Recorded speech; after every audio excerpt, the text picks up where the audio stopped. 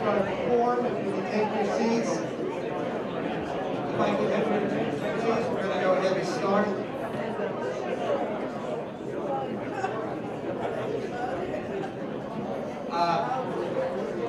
As you can see, hello?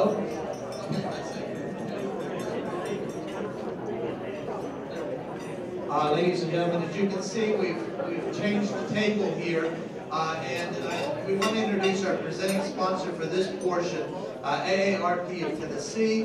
Once again, Mia McNeil. Thank you, Jim. Good afternoon again, ladies and gentlemen. Welcome to the 2023 Nashville Mayoral Forum on Neighborhoods. Again, I am Mia McNeil, the State Director for AARP Tennessee.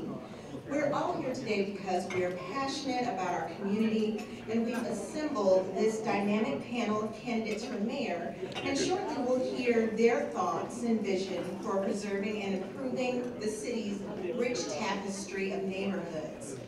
This forum is extremely important to AARP because we have more than 56,000 members living in Metro Nashville.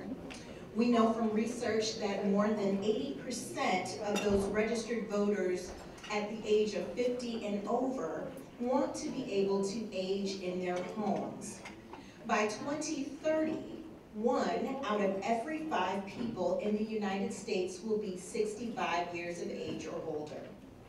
And by 2034, that means that there will be more people over the age of 65 in this country than under the age of 18.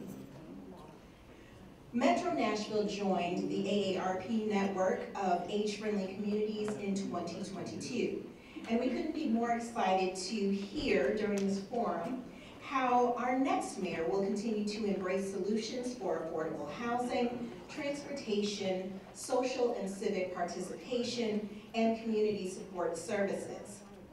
And if you're thinking, hey, those are good for everyone, you are 100% correct. It is not just an over the age of 50 issue. All of these things are good for every age.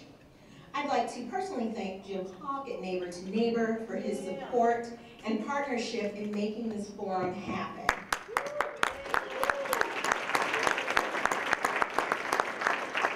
And of course, to all our candidates who were willing to join us today, thank you. I know that I'm between you and hearing from our candidates, so let's get started. Thank you.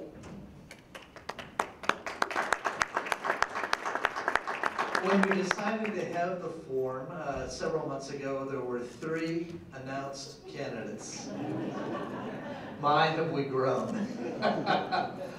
So we have changed the format a little bit today. There will be 1 introductory statement, 3 questions will be asked, and then closing statements. We're very lucky to have 2 great moderators on hand tonight. First of all, Tawana Chick, who represents the Cane Ridge, South Nashville. Go South Nashville, right? And Dan Pinnock, who is from College Hill in North Nashville. Yay! Both have been incredible longtime supporters of Neighbor to Neighbor, just outstanding leaders, and we're very pleased to welcome them as the moderators for the forum.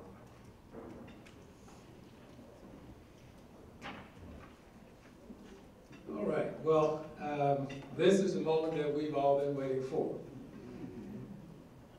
Our candidates will have a 1-minute introduction, as Jim has said, 3 minutes for answers. I'm repeating that again. And I wanted to also just remind everyone that it is a forum and not a debate. So if there's someone that gives an answer that you don't agree with, then when you give your answer, the audience will know that you did not agree with that answer. But this will not be a back and forth. It is a forum, not a debate. And in case you were wondering, we did not provide any answers questions ahead of time. We think that as candidates for mayor, that you will be asked many questions in many opportunities that you will not have prepared for. Now, we don't have any ringers. These are I think, very well thought out questions that you probably have given some thought to anyway. So We are looking forward to hearing your response, and we will start with the introductions. After the introductions, then my co-moderator, Ms. Chick, will come up with the first of several questions, starting with Ms. Brooks. Thank you for having me. My name is Natisha. They call me our Miss Brooks. All roads lead to mental health. All roads leads to mental health. As an academician, educator, community advisor, consultant, what we need is a mayor that will bring both Nashville and the Tennessee legislature together. My late father, Reverend Theodore Andrews Jr., used to say, never let the referee set the outcome of the game. Nashvillians, this is not a game. We do not need our city being played as a game. In short, I ask for your support, your prayers, as we bring our community leaders together, our educators together, our seniors together, and most importantly, those that will be our leaders in the future, our teenagers, those that are in academics right now. All roads leads to mental health through educators. I'm an educator. Send an educator as your next mayor of Nashville. Thank you for this opportunity. Godspeed and God bless. And I have to say, and I'm sorry, I just want to be able to present the audience with your presence. My name is Fran Bush, and I am running to be your next mayor of Nashville, Tennessee. I have 5 sons, ages 25, 23, 21, 20, 17. Yeah, and then I also have a grandbaby, another boy, all boys. I have a husband. We've been together for 30 years. No, we did not meet when I was 10 years old, and I'm not yet there for ARB, almost. My husband is. So I just wanted to wrap my hands around Nashville. I am a native Nashvilleian. I was a prior school board member for 4 years, so I'm 7 months off the school board. And now I have transitioned myself to this role to continue the good work that I did on the school board, to make sure that Nashville has the next mayor that's very intentional. I'm not going to be a politician. I'm not going to stand before you and make promises. What I am going to do is stand before you and tell you that I'll have a plan. I'll have a plan of action to do the things that Nashvilleians want to see. Nashville wants someone, a mayor, that's intentional, that has a plan, that can go into the fire and have progress, right? Put out those fires. And that's exactly what's happened in Nashville. We said we have so many different occurring things that have happened, and things have been slow-walked in our city. And you want someone like myself who has a reputation, has the leadership, and have proven leadership while I was on the school board, how I got our students back into the classroom, how I got our students back on the fields, how I got our students and parents, empowered parents. And that's exactly what the city is. They want a mayor, you want a mayor that can do just that, the work. And I'm good at what I do, and I don't take no very lightly. I make sure that things are done and progress is made. Thank you so much.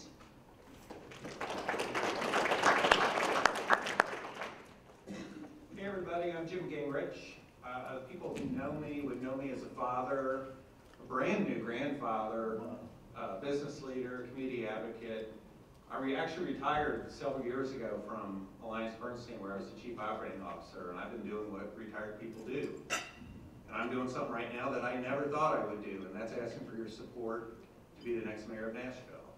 And that's because, as I look around the city, I think we're at a critical juncture. We're growing. But to many of us, the growth feels unrestrained, unplanned, and chaotic, and we all feel the effects of that. And what it costs to live here, and how it's changing our neighborhoods, in the absence of transit and infrastructure, and the level of crime, whether or not our kids get the education they deserve, and frankly, just in basic things like whether or not potholes can get fixed. Now, our city leaders have been talking about this, our politicians have been talking about these things for years. And they're things that particularly affect the middle class, retired people like myself, and the marginalized communities in our city. But we've been talking about them for years. And we've succeeded in kicking the can on these things about as far as you can kick them. Now, we need to start to get things done. Not talk about them, not study them. We need to get things done. Now my background is, I was Chief Operating Officer at Alliance Princeton. I had thousands of people report to me. I ran a multi-billion-dollar budget. And I got to that position because I had a history of taking on tough challenges, not being afraid to make difficult decisions, and getting things done. Politics, as usual, is not what this city needs. This city needs change. This city needs leadership, fresh thinking, people who are willing to make the hard decisions. And if that's who you want as your mayor, Jim Gingrich. Thank you.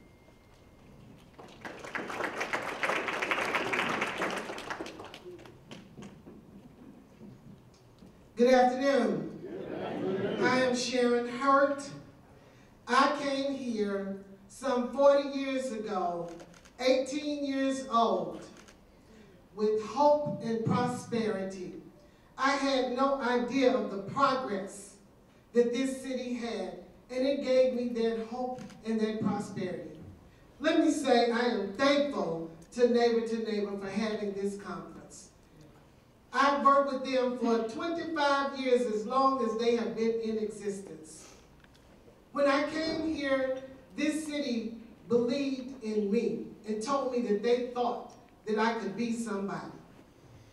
Since that time, I have run 2 nonprofit organizations. I graduated from Tennessee State University, got a master's degree from Belmont University. I have served for 8 years as council at large for this entire Davidson County. I want to focus on the people. Our Constitution says we the people.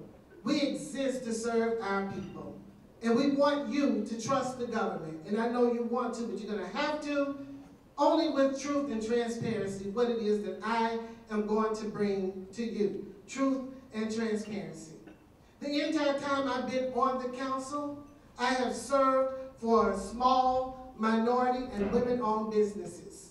When you speak of minority, I want to redefine what that is. Because when you hear it now, people think that it is about race, but it's about need. It's that veteran, that disabled person who needs housing, that mother in Madison who wants health care for her child. Yes, it is black, brown, LGBTQ+. All of us are minorities at some point in time. We've got to change it. And we're going to have to fix this community and restore hope and prosperity on every block and not leave one forgotten person out.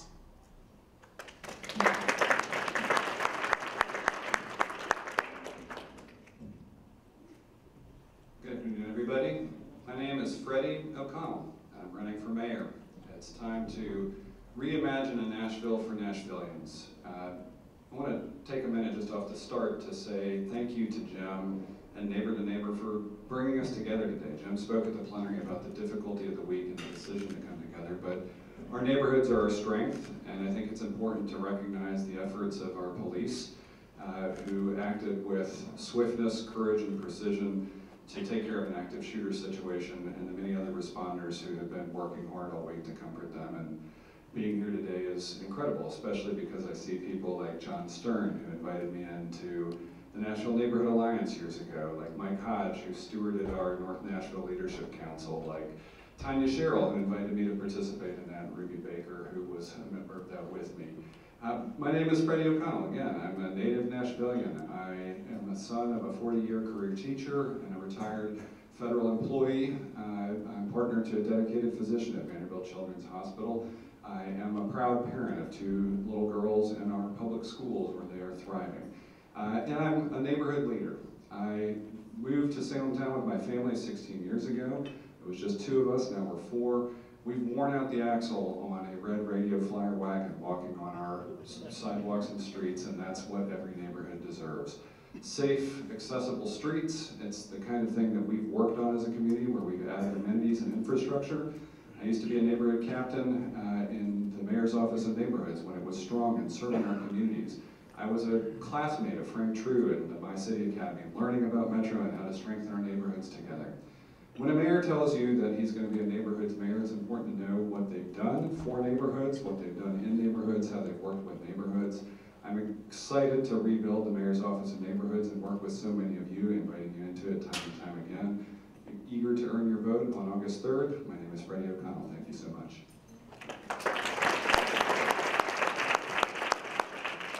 Good afternoon. My name is Gilbert Ramirez, and it's a privilege to be here today to serve you all as a mayor of this county, especially Nashville.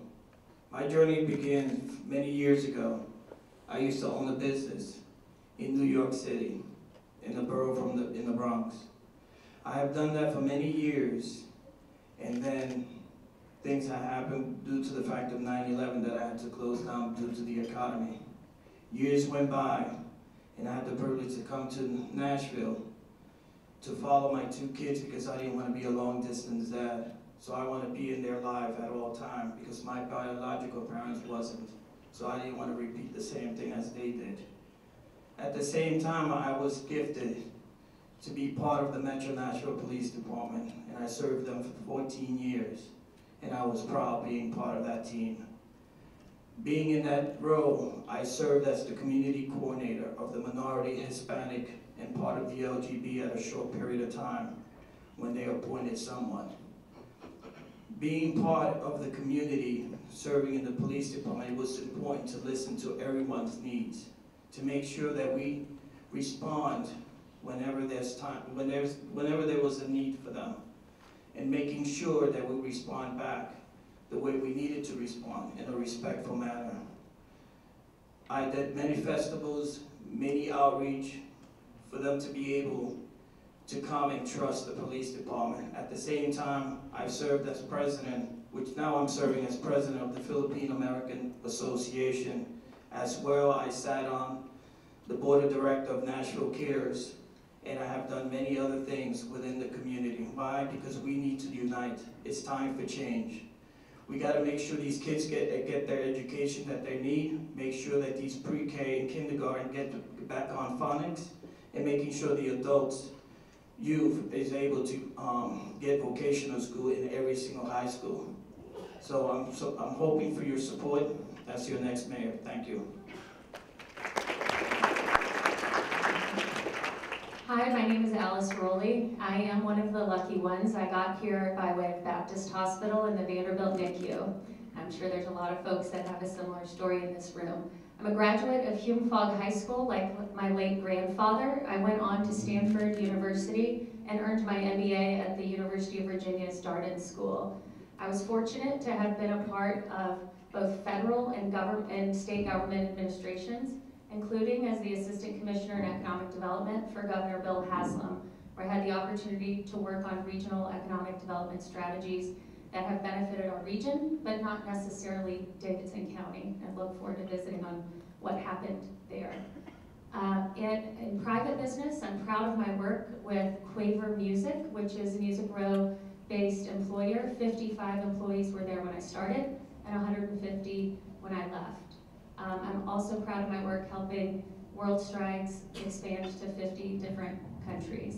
So that combination of experience in helping rapidly grow businesses and also navigating the complexities of state and federal government make me qualified in many ways. But today is about neighborhoods, and I want to talk about some of the work I've done with neighborhoods. I helped 10 years ago when my husband finished 20 years in the United States Army. We got back here as soon as we could after 2 tours in Iraq and multiple locations around the country. And I helped found the neighborhood group in Edge Hill, where we experienced what many in this room do, the rapid growth and the, frankly, disregard for hours of community planning that goes in when the new shiny object comes to town. And we feel that frustration. I built the citizens petition to save Fort Negley. We took on a popular mayor who was committed to put 27 buildings on our protected and UNESCO World Heritage Slave Site property. We stopped that by citizens working together to smartly reset the priorities. So that is why I'm running for mayor, and I look forward to today.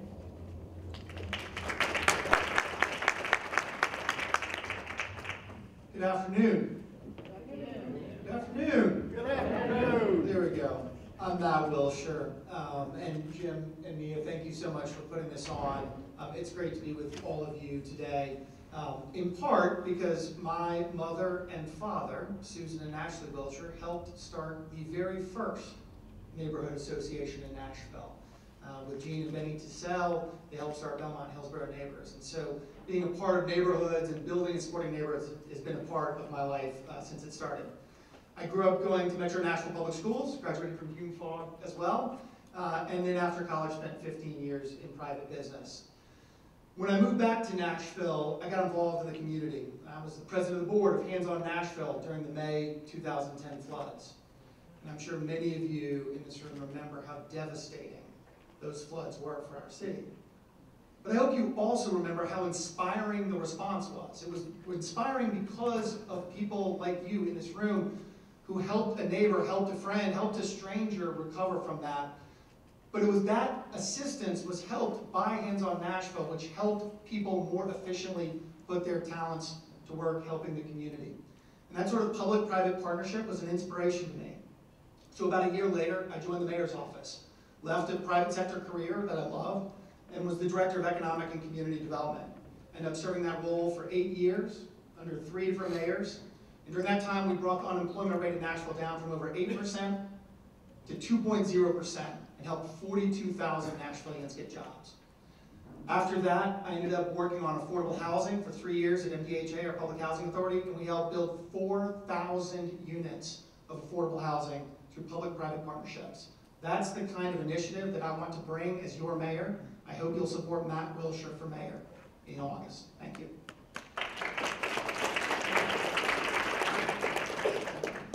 Good afternoon. Good afternoon. I'm Jeff Yarborough. I've been fortunate enough to represent many of you for the last 9 years in the state senate, and I'm asking for your vote for mayor. I have to start today by acknowledging just how immensely hard this week of living in Nashville's been. But also, amid the grief and anguish of this week, I can't help but be reminded of what I love about this city and what gives me hope about its future.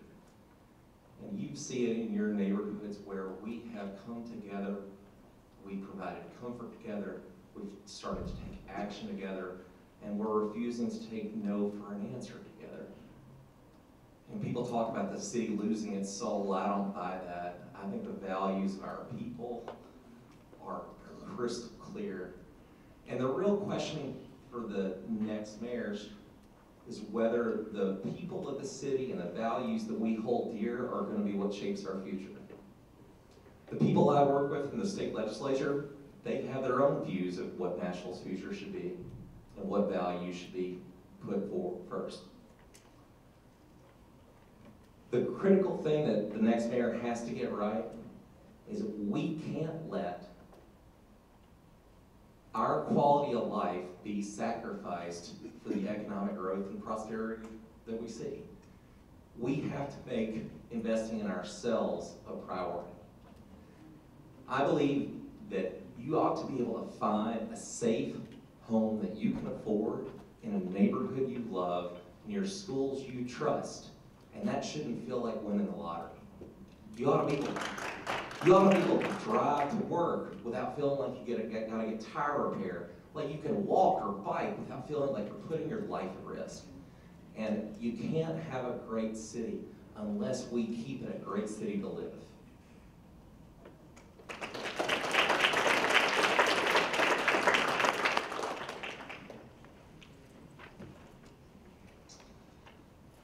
I want to remind everyone that we have the lights here to remind us on time. We appreciate everyone paying attention to that.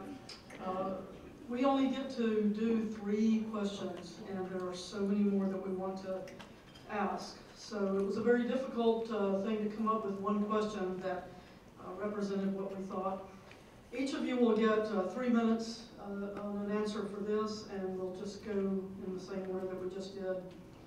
Residents across Davidson County believe that development-related decisions are strongly biased in favor of developers. Community members state that the needs of their communities are not being met, while the needs of the developer are being accommodated. Leaders from various HOAs and organizations report not feeling like development is focused on the community goal of sustaining their community for 100 years from now. Developers do not appear to be willing to produce reasonably priced developments that can meet the community needs regarding environmental sustainability, energy usage mitigation, transit accessibility, age-in-place households, significant undisturbed land, undisturbed creeks and wet weather conveyances and the underground aquifers and more. And so our question, my question is, how will you steer, plan, and encourage development across the county in a manner that balances these diverse needs of ages, economics, interest, rural and urban, and more, with the needs of a developer who needs to be profitable?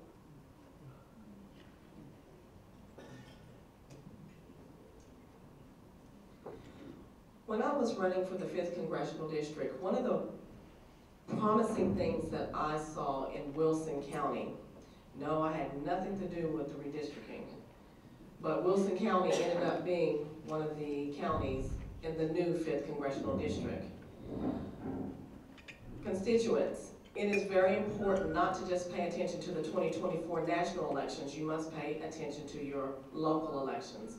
And in Wilson County, a developer decided that he was going to use a backyard of someone's land that someone tried to purchase but could not purchase through the county.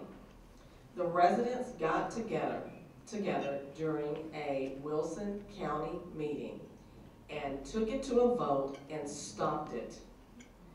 I'm that kind of mayor.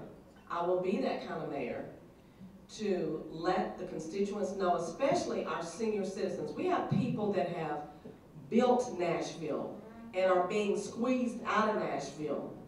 We have people that have their landmark 5 generations, 6 generations, 7 generations that can't be here because property taxes increased almost double, and that was not on my watch.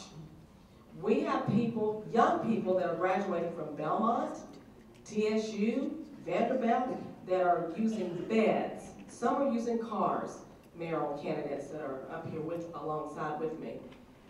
So as mayor, we are going to have transparency on all of development.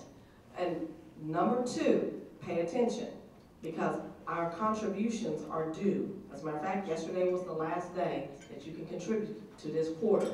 It is important that you look at who's contributing to our campaigns, and that will let you know the direction of how they are going to lead this city. Last but not, and I'll say that again, look at who is contributing to our campaigns. Last but not least, it is important that you go to the planning commissions, which I intend to be there. Invite your senior citizens. I have friends that live in Williamson County, and by the way, what goes on in Davidson County affects your family members in other counties as well. And they can't afford, they're being squeezed out of the very city. I'm being squeezed. I heard through one session today. I sat in one of these sessions, and the gentleman said, most of us are one paycheck away from being homeless ourselves. And by the way, homeless is not them. I hear a lot of people referring to homeless as them. They are us. We're all together. And one lady said, I'm half a paycheck away from being homeless. So as mayor, it is very important that you attend. We have a gentleman from the NAACP here that's a representative. You must attend the planning commissions. As mayor, you will see me attend the planning commissions. And last but not least, I will repeat one more time. Look to see who's contributing to our campaigns, and you will see the direction that your city will be led to go. Thank you.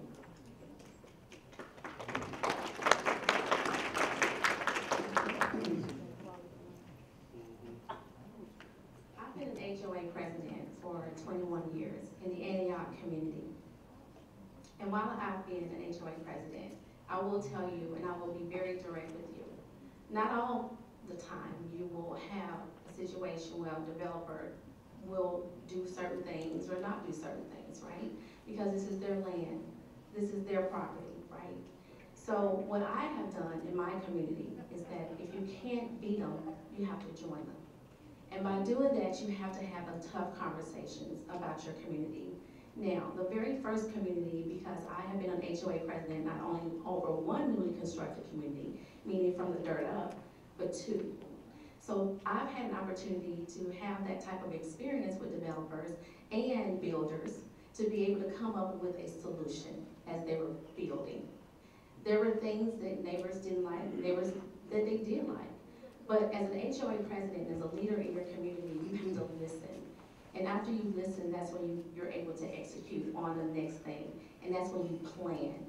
So in my background and my leadership, I had an opportunity to work with developers to come up with a common sense plan. Meaning, they didn't want any sidewalks because they wanted to take the easy route out, right? They didn't want to pay for that.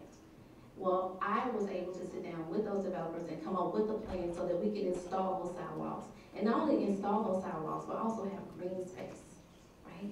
And I did that not for one community, but two communities, because I knew how important it was during the building and the planning process of working with these people. Again, is it hard? Yes. Sometimes it's hard to work with them? Yes. But you have to be persistent, and that's what you need in your next mayor. Again, I'm not one to take no for an answer very lightly, because I know if it's a yes, it could be a yes. So when it was time to construct these communities, not only did I take a deep dive in the planning process, but also there were neighbors after years of being at their resident, right, because they want to live there forever if they can. Then in the back of the subdivision, you had income-based apartments. And everybody gets scared of that because they say, not in my backyard, right? But we're talking about affordable housing for all. And with income-based housing, it doesn't mean that you're gonna have people that's gonna come and destroy anything. Because people were afraid because the word income-based made them nervous. But instead, what I did again, I brought the community together, and I also brought the new developer, builders together to come up with a plan of making sure the neighborhoods felt safe. And they incorporated things in their plans to make sure that all residents felt comfortable. And that's how you work. You have to work across the aisles also. And that's what I did when it came to development and building in our community. Thank you.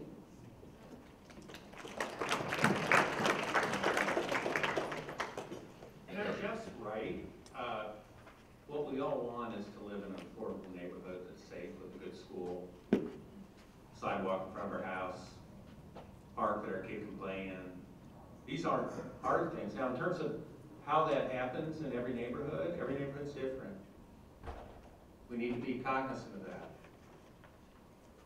These are all things, though, that we can speak to, but I would just say, look at what's happening in Metro Council right now. We're debating billions of dollars to build a new football stadium. We're not talking about sidewalks. We're not talking about affordable housing. We're talking about billions to build a new stadium. And so it's about priorities. You know, I often say, look at what people do before they run for office, not what they start saying once they are running for office. Last July, I wrote a letter to council explaining why I thought putting a priority on a new stadium for at least billions of dollars to a billionaire owner was not the right use of funds. It's about priorities. It's about getting things, it's about where are we going to choose to invest. We should be investing in the people of Nashville. We should be investing in the neighborhoods of Nashville. We should be doing this in a transparent way, with the way people can participate and shape the neighborhood the way we want. Nashville shouldn't be for sale. Developers do what they want. Developers are doing what you would expect them to do. They want to maximize profits. That is the capitalistic society we live in.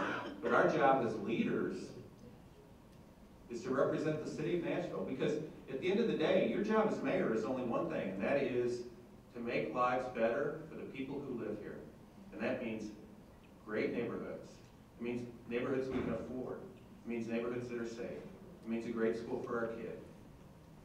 It means not being stuck on traffic when you're getting to work, worrying about a pothole blowing out your tire. I've shown, before I ever decided to run, that I will put the priorities people who live here first, not that of developers. Thank you.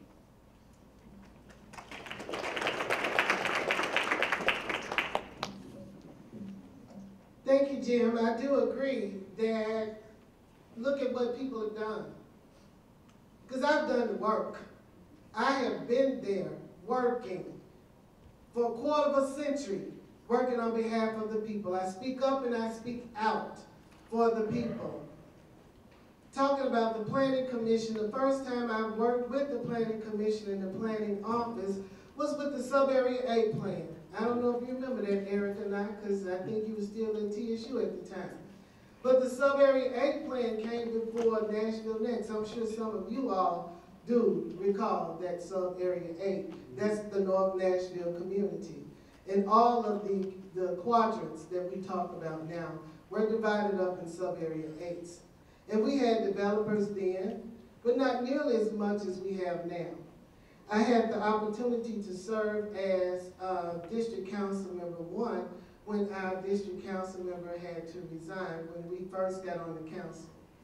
And I fought to get one of the first contextual overlays in that District 1 in Haynes Park in order to preserve the homes for those people there. Because I knew that the average age of those individuals living in those homes was 60 years and above.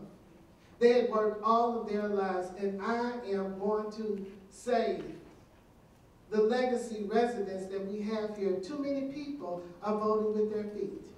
This is something that I have done, and you know, I lived in Bellevue, first lived in Madison, where I did my student teaching out at Madison High School. Loved one of the apartments that I saw out there and said I was going to live out there because I thought it was so beautiful. And I did. Then I moved to Bordeaux, and now I live in Bellevue. And I've seen exactly how it is that we should get things done. And as a public servant and a servant leader, it was a natural foray for me to go from there to becoming an elected official. And then from being an elected official, working with policymakers and department heads, knowing what it takes in order to get those things done, I realized in order to affect the change you want to see, you got to be the leader.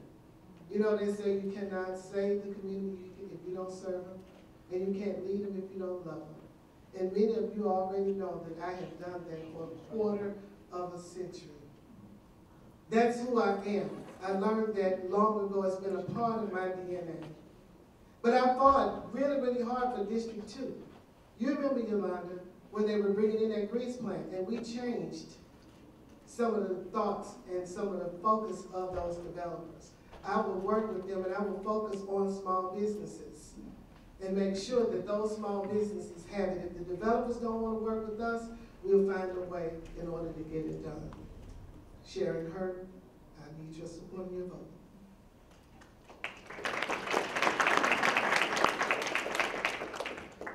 Jim is exactly right. He's one of thousands of Nashvillians who submitted correspondence to council about the Titans deal. And it is important to understand what Metro is doing by way of its own development.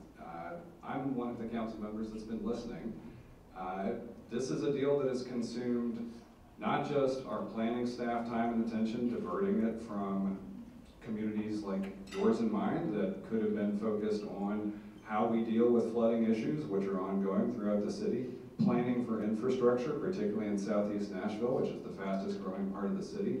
We've had full-time staff and consultants consumed on the East Bank for more than a year now. Well, I've been skeptical from day one. I was a no vote on the framework in December. I'm one of the only candidates on this stage that will be a no vote on Tuesday as this deal comes back up before us. This is not the right priority for the city. We have leverage we could have used to do a much better deal that allowed infrastructure to flow back into the communities of Nashville from the heart of the city to the county edge. The other thing that's important, again, I'm looking at where people have done and the work they've done before they start running for something. We've worked, before I was on Metro Council in our neighborhood, we created a neighborhood conservation zoning overlay, and guess what's happened in the years that we've done that? We did it just in the nick of time before developers demolished every house in the neighborhood to create tall and skinnies, frankly, because we saw too many of them emerging. Well, since then, we've had beautiful old homes with side porches and becoming duplexes. And so it's amazing. We keep our neighborhood character, we keep our sidewalks, we keep our community, and we have twice as many people living in the same spot in a neighborhood that has character. We've been able to do growth and preservation at the same time. It is possible to do this. The third thing I would say here is that a mayor's office has incredible influence over this kind of thing. It was Mayor Dean who allowed Rick Bernhardt, the outgoing director of Metro Planning, to lead 2 years of community effort that went out into every corner of the community. And if we weren't hearing from people, Nashville Next was a multi-year process that went into every part of the city. 10 years later, it's time for an update because we know things change in 10 years. We were not growing like we are now 10 years ago. And it is time for Lucy Kempf to, instead of being consumed by a mayor wanting to look only at the East Bank and how infrastructure, $500 million of infrastructure, where all of our first questions should be, why isn't it coming into the neighborhoods we already have instead of creating brand new ones? We can update Nashville Next, and the other thing is, we should invite all of you back into the mayor's office. When I was a neighborhood captain, it was one of the times I spent the most time in my life in the mayor's office as a neighborhood leader. The mayor's office was listening. They were providing us resources to share concerns about land use and growth and infrastructure. We should do it again. My name is Freddie O'Connell. I'm asking for your vote on August 3rd.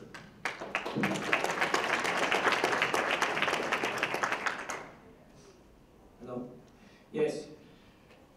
Remember years ago when they wanted to take the raceway, the racetracks, and what happened? The community got together and showed up and fought, and they wanted that racetrack back. They didn't want it to be gone. And this is something that we all need to do. Whenever developers or anyone wants to come to this city and take over, we, the people, we need to go and voice our opinion. Because this is your home, this is your property, this is your land. And it's important for you to raise your voice because it's very important. As mayor, I will be working with the developer and making sure that they're not being benefited, it's the community being benefited, 100%. Because remember, when they benefit, we're not getting the sidewalk that we need, we're not getting the roadways that we need, we're not getting the infrastructure fixed, that they're very behind, almost 1-2 years behind, needs to be fixed. And it's getting tiring that now, when you're driving downtown or driving anywhere in Nashville, you have traffic jams. And plus, what we need to do, we need to make sure that the money that we're using is using it correctly. I agree with some of them here, saying that we need to prioritize our spending. Our money is going to the wrong things. We need to improve our education for our kids in the future. We need to make sure that our senior citizens are living in a home or an apartment that is suitable for their needs. You know, we gotta make sure that we're living the way we're supposed to be living. Right now, I'm a renter. I'm not an owner. I can't afford any of these homes out here. With so and skinny that it's almost $500,000, how can I afford something like that? So I gotta continue renting. But at the same time, the legislator needs to put a rent control, because now the rents are getting higher and higher and higher, and people that could afford an apartment cannot afford an apartment either, because they ask for administrative fee, they ask for application fee, and then if you're not approved based on your credit or your past history as a renter, you don't get those money back, so you're not approved.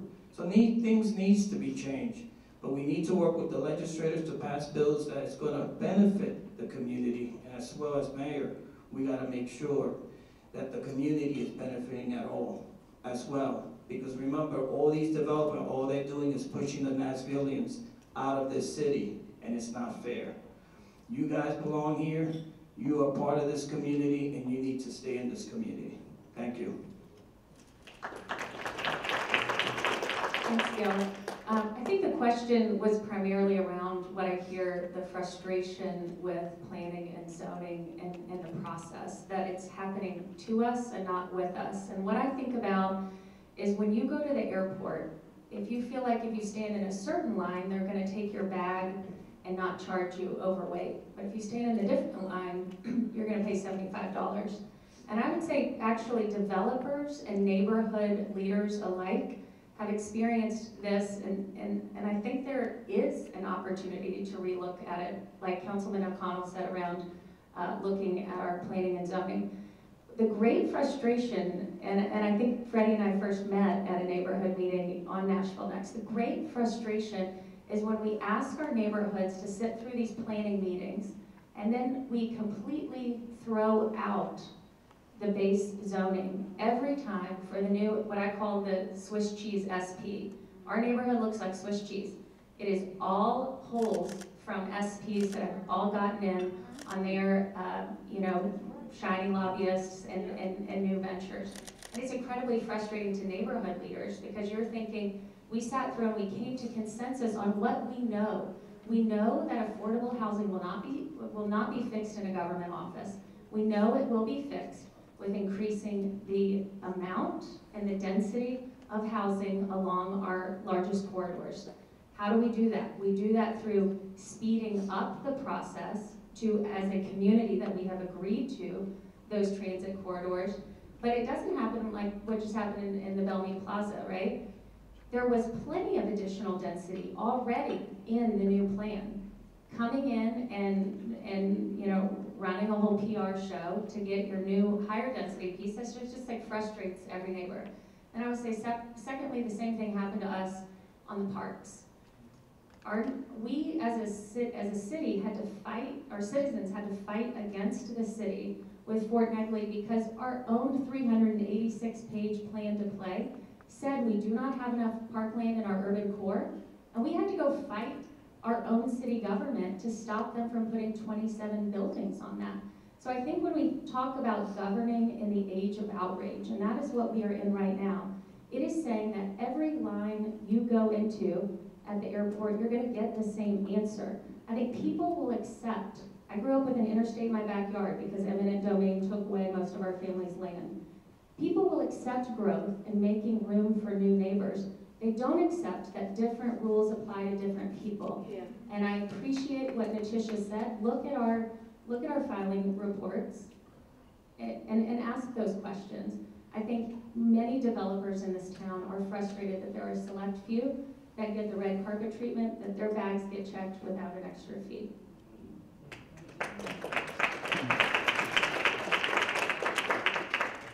It is great to be here with so many wonderful candidates up here on the stage and so many people bringing interesting ideas to the table. I think it is important also, everyone seems to agree, that you should look at someone's track record. The question was a great one. How do we balance these competing interests? There's a huge affordability issue in our city right now, and when we have additional requirements for sidewalks and environmental regulations on housing, it makes that housing more expensive. That's just the reality of it.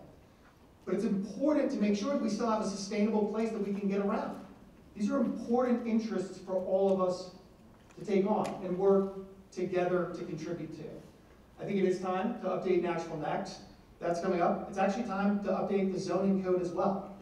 The zoning code will need to be updated in the next 4 years.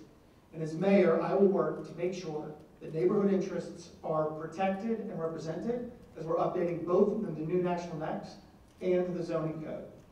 It's also important, thank you, to look at the track record of what you've done. I spent the last 3 years at MDHA, the Public Housing Authority, where we are redeveloping areas of concentrated poverty into thriving, mixed income, mixed use neighborhoods without displacing a single person. This is an investment in our people. I saw a huge challenge in our city when the unemployment rate was over 8%, and I worked to add 42,000 jobs in Nashville. I saw a huge challenge with affordability in our city, and I moved to MDHA, and in 3 years, we helped develop 4,000 units of affordable housing. Look at the track record of folks who have been here. I think that as we are taking on these big challenges of how do we grow as a sustainable place, make sure that it continues to be a place that we can afford to live with great schools and great streets and great parks, these are incredibly difficult challenges to take on. And I think it's important to have someone who has an understanding of how metro government works. I think there are a couple of great candidates up here who've devoted the last 8 years of their lives to serving on Metro Council and have worked in Metro before that. But I'm the only candidate who has any executive experience in local government And I've done that for the last 10 years. Metro government is incredibly complex. It's a $3 billion budget, 56 different departments, 17,000 employees. You deserve a CEO of this city who has some understanding of how to make that complex machinery work for you. I would do that. Matt Wilshire, I'm asking for your support.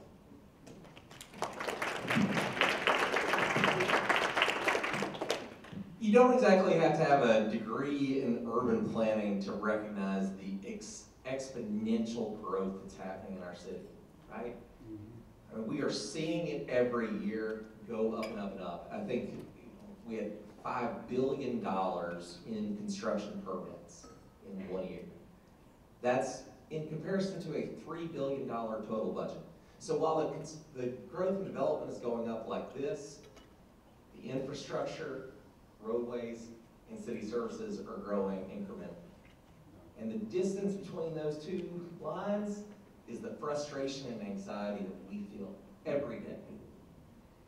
We have to pull that closer together. If you don't have the infrastructure to support this growth, it's going to continue to be a problem for everyone in our city. We can no longer be in a place where we're legitimately sacrificing our quality of life in order to grow. I think about it this way. So I live right around 51st in Charlotte. I take my son to school in the morning around 17th in Charlotte, and then I go to the Capitol to work at 6th in Charlotte. And like 3 mornings a week, I have to use a GPS to figure out which way to get around traffic and lane closures. It turns out that there are cities out there in America that don't just let anybody who's building something close lanes during rush hour or shut off sidewalks when they're trying to build things. And if somebody's economic project doesn't account for figuring out a way to accommodate the life of the people who live here, then maybe it's not a good enough project for us to give a green light. We cannot allow there to be sort of the firms who see Nashville as an ATM to simply extract wealth without investing in the community at the same time. That's all there is to it. And I think we've got to have that principle in mind as we're thinking about growing. Now, I don't think that means that we slam on the brakes, but it does mean you grab firmly onto the steering wheel right now when it comes to growth in Nashville. And I think that we've got to have a much more consistent plan and with a lot more fidelity and persistence in sticking to it. There's no silver bullets here. I think we all would love for Metro Council to pass an ordinance. I think we'd all love for there to be, sort of a series of transactions that we can, like get this deal done.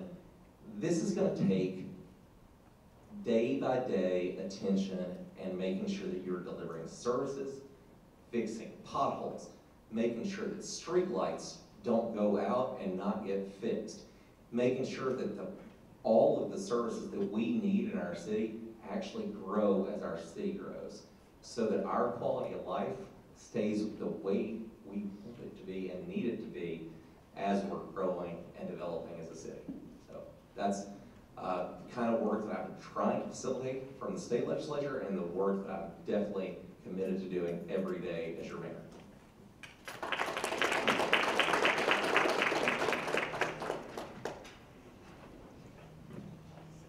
Thank you, candidates.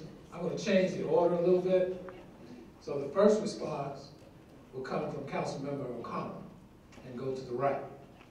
Then after Senator Yarborough, we'll start with Councilmember Hurt and come to the left.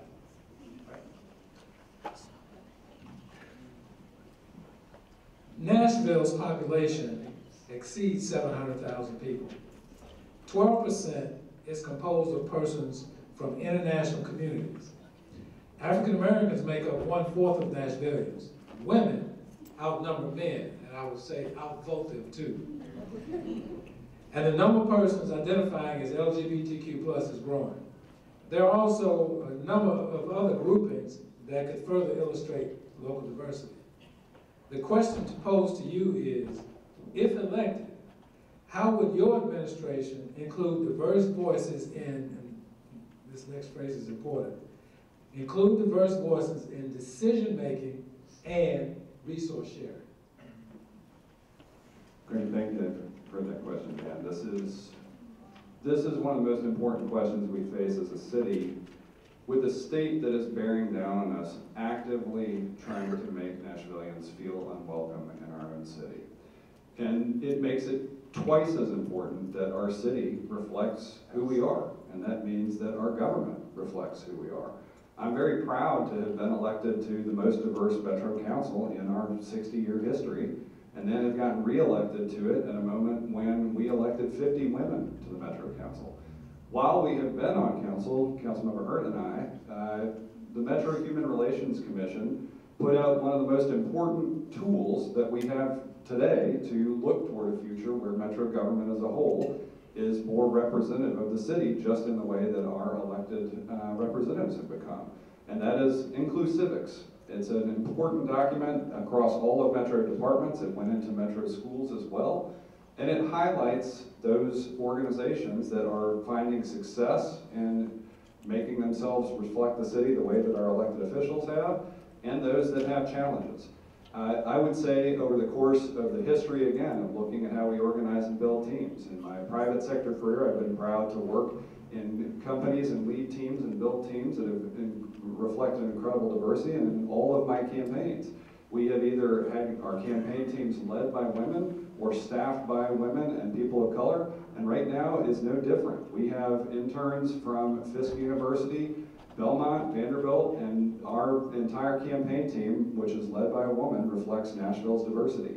It should be no different in the mayor's office, where you should not have your staff only on the bottom floor, but rather with you making key decisions, representing the communities they serve. It's going to be important not just from the campaign team, but a mayor's transition team, and then the mayor's office itself. I think one of the things I just was talking to Davey Tucker about, who is the executive director of the Metro Human Relations Commission, is their updates to inclusivics. I look forward to including that in the work of the transition team. And then I would again come back to track record issues. I was proud to have earned the endorsement of Turk Boats when I got reelected. That's the Tennessee Immigrant Refugee Rights Coalition. The work that I did through My City Academy, where we worked with immigrant and refugee leaders, prepared me to stand by Turk every step of the way. When we have had tough votes where the state has wanted to be unwelcoming to new arrivals to Nashville, I have been there with our communities of color all along the way. Councilmember Hurt invited me into conversations about Jefferson Street long ago. We did work together on the 37208 committee, effectively repairing some of the harms that were done through an era of mass incarceration. We come to this table with receipts, some of us, about work done on behalf of underrepresented communities, hoping to represent them more, and I look forward to doing the same and continuing that work as mayor. Thank you so much.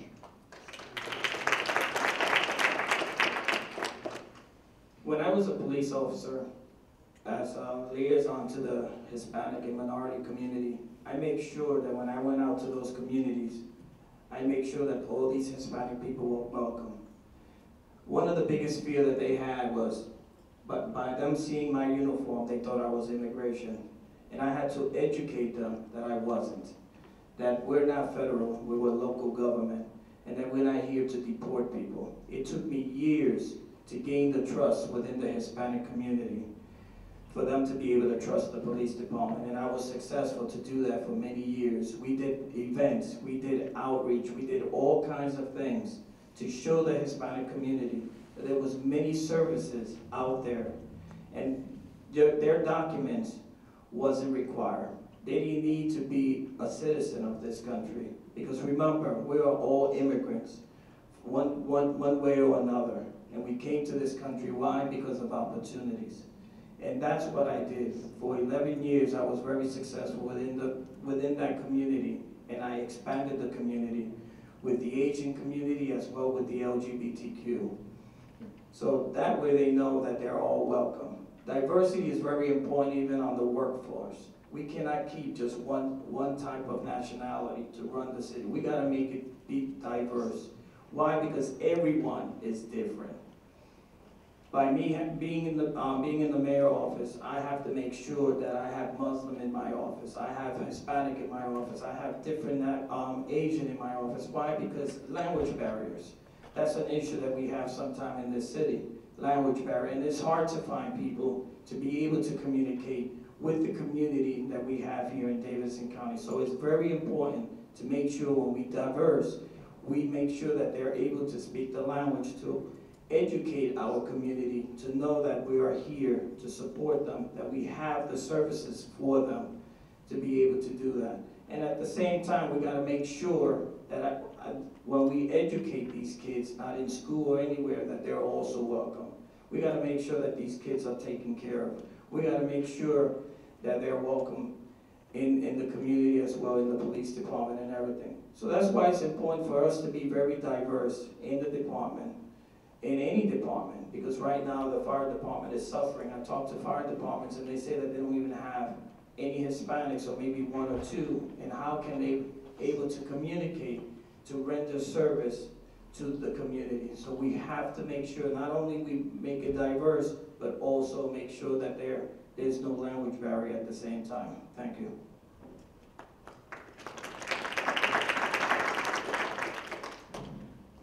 Let us be proud to say we are all Americans.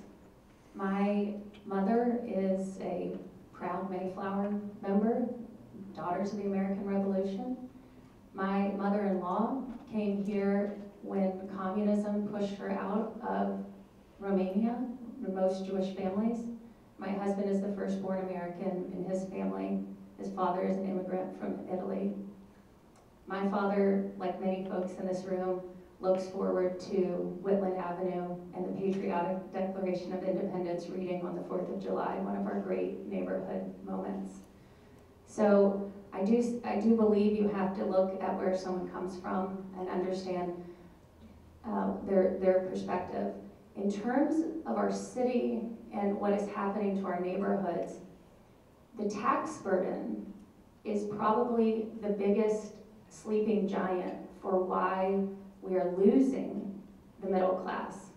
So while there are people who are proud of their work on economic development or in other mayoral administrations or in the city council, Davidson County residents' tax burden grew 2.5 times. Any earnings on an inflation-adjusted and a tax-adjusted basis have been wiped out. So when we've talked about participatory budgeting with our communities, and we've brought them in to say, what do you believe we should be doing? In some ways it's really insulting because we didn't ask for our debt to now occupy $411 million of our budget. We didn't ask our taxes to go up and our neighbors to have to move or small businesses have to move because they cannot afford the tax burden. When we talk about affordable housing, we've had many apartment buildings, older apartment buildings, that are probably the most able to stay affordable because they're not being built under new construction. And we didn't stop in that tax raise and say, what economic development tools do we have that can help preserve or lower the tax burden on those more affordable units? So I think it's a good question about how do we approach diversity of the city and how do we work on different social services. But at the end of the day, we are spending 40 times the dollar figure on servicing our debt that's been racked up over the last 15 years than on our social services and mental health services and different services for welcoming new Americans. So I don't know if that's helpful, but that's how I think I would approach the problem, is looking at our budget and how we have not actually included the taxpayers of Davidson County in creating this situation.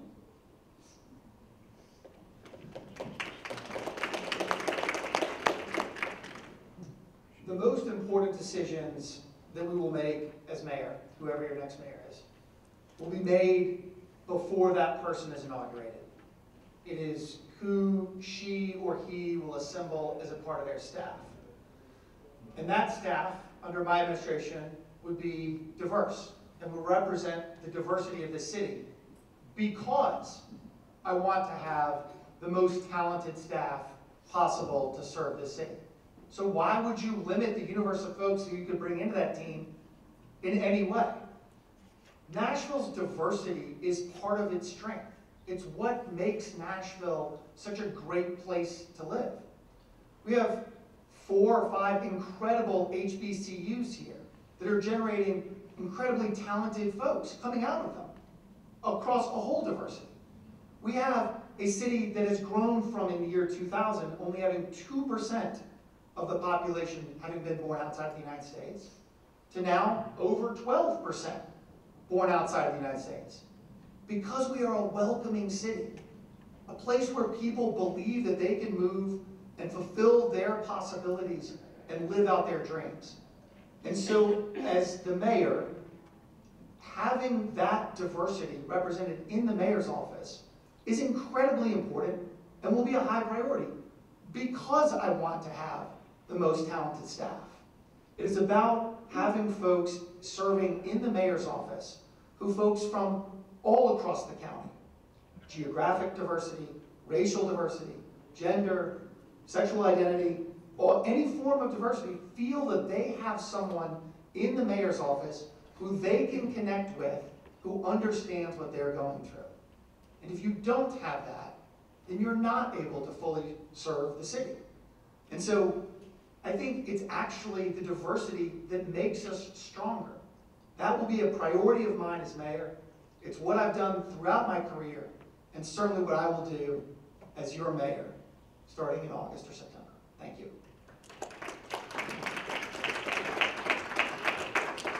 You know, you only have 3 questions, and I'm really glad you made this one of them, because I think this is something that the mayor has to be able to do. For the last 9 years, I've represented probably the most diverse district in the Tennessee State Senate. It's the largest Latino population in the state of Tennessee for any district, the largest Muslim population of any district in the state. A very significant African American population in Southeast Nashville, a significant LGBT population, and making sure that, especially in our state legislature, where so many of those groups have been under assault, frankly, standing up and fighting for those folks and working in coalitions with them has been the most important work of my life. The day that I am proudest of serving this city and the state legislature was the last day of one session when I literally fought to keep the building open to make sure that we didn't enact a law that would have required us to arrest anyone who was immigrant who didn't have documentation on site. And it was absolutely worth it to keep those people there long into the night to stop that from happening. I think you can see in the way that I've led and recruited, I'm somebody who voluntarily stepped down from a leadership position in our legislature, which I don't think anyone's ever done before, to promote my friend Ranesh Agberry to becoming the first African American woman to lead a party in the Tennessee State Senate.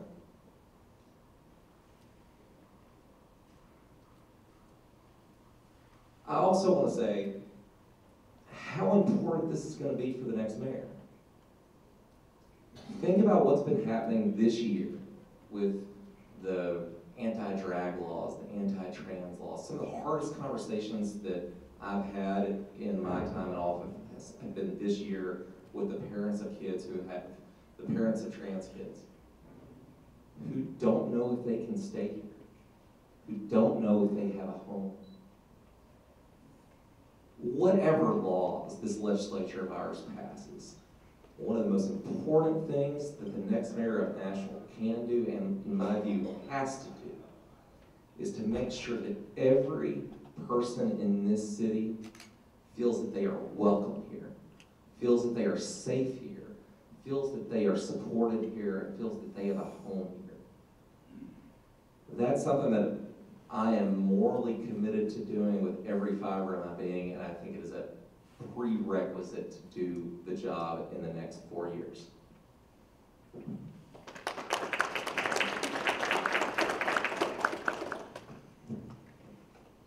I am diversity. And there's diversity needed in the role of mayor. I am qualified, the most qualified, with the proven record. When I was chair of the Minority Caucus, We ensured that there was an Office of New Americans in the mayor's office. We ensured that there was an Office of Diversity, Equity, and Inclusion officer in the mayor's office. I have lived it. I am your diverse mayor.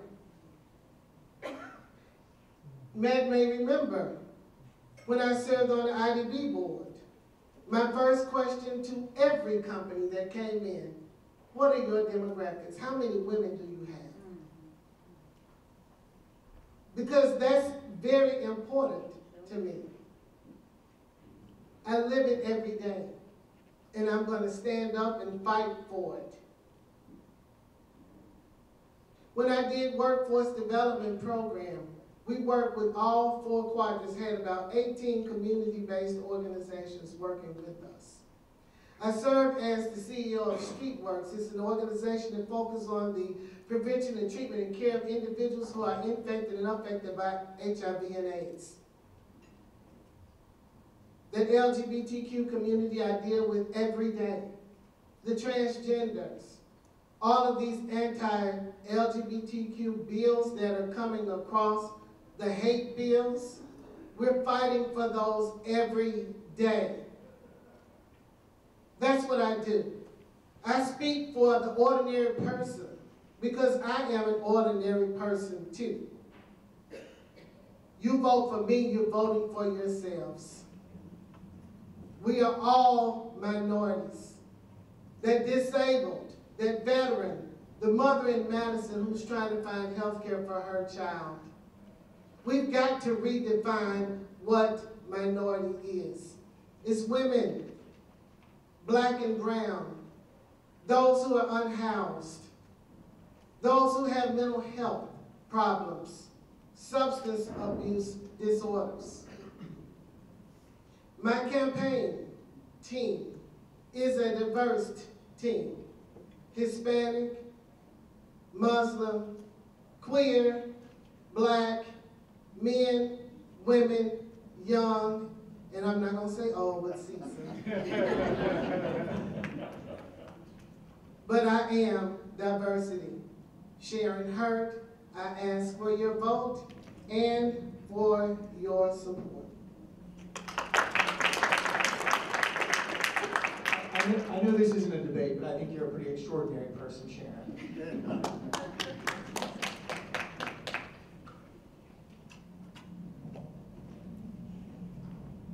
Our diversity, you can hear me?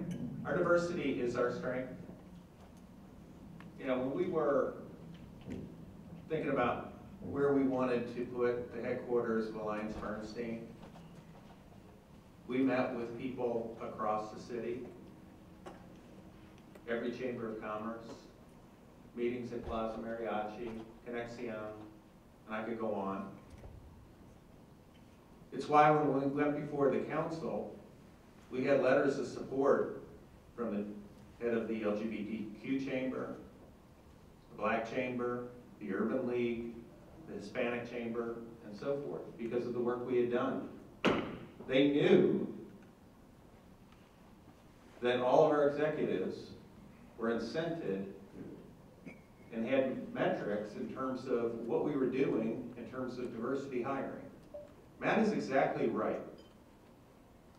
Everybody knows that you get to the best decisions if you have people around you that don't look and think like you. You want to draw on the very best talent. And that's what I would do as mayor as well. But we also have more work to do in our city. I did the same thing. We have challenges. You know, we have small businesses along Nolensville Road. They're having a hard time staying in business. We have to make that a priority. If we look across our communities, 40% of our black and brown children are living in poverty. We're ranked 90th out of 95 counties in Tennessee in terms of child well-being. If you're born poor in our city, you are more likely to remain poor than in 80% of the major cities of the United States. So it's not just a question of who I'm going to have in my administration. It's a question of Where are we going to invest? What are we going to prioritize? Are we going to prioritize developers? Are we going to prioritize the people? Are we going to prioritize the billionaire football owner? Or are we going to prioritize the people? There are folks up here who have different views on these issues. I'm just telling you mine. My name is Jim Gingrich. I appreciate your support. Thank you.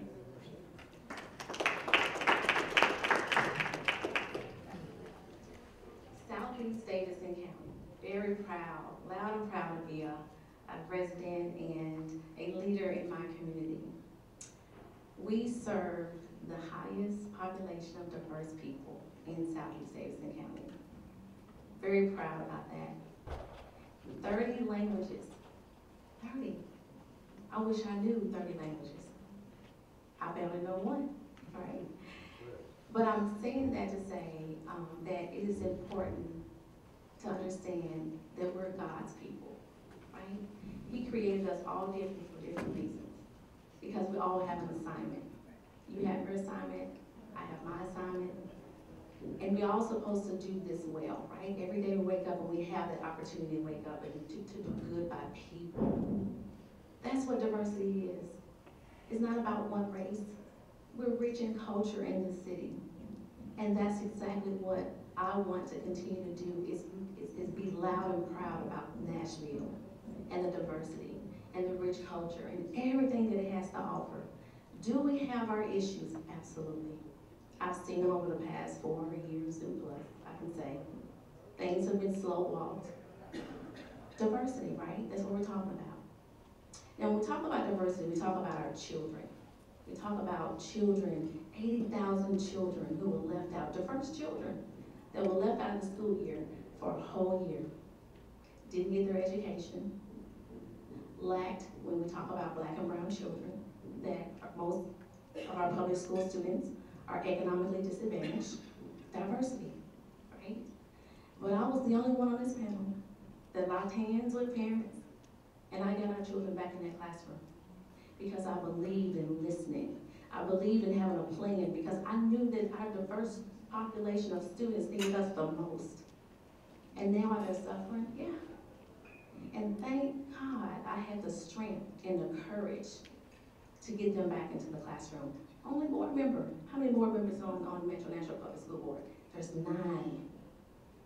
But that's the kind of leader that you want. You want someone, again, that's going to run into the fire and put it out. Because I'm very intentional on getting things done. I'm not going to stand before you and give you promises. I'm going to tell you I'm going to have a plan to get things done because that's what I did on the board. And we talk about diversity. We had a diverse group of kids that needed to get back on the fields and play the sports because we know that most black and brown kids that are economically disadvantaged, that are smart, that want to go higher places, that needed that scholarship, needed that last scholarship. But administration kept them off the field because of COVID. But I looked at it and said, if other counties can do it, MMPS students can do it. And I fought hard, and they got back on the field right before and played their sports, and they got scholarships. That's the kind of mayor you want, that's intentional. Again, I'm Fran Bush. Thank you so much.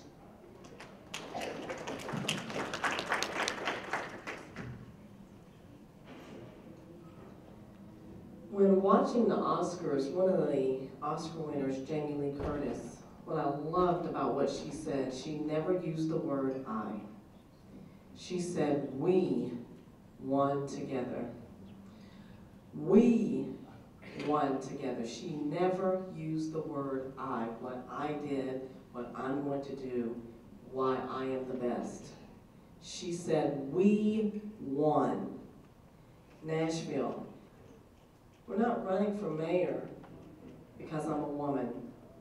Don't want your vote because I'm a woman or the color of my skin.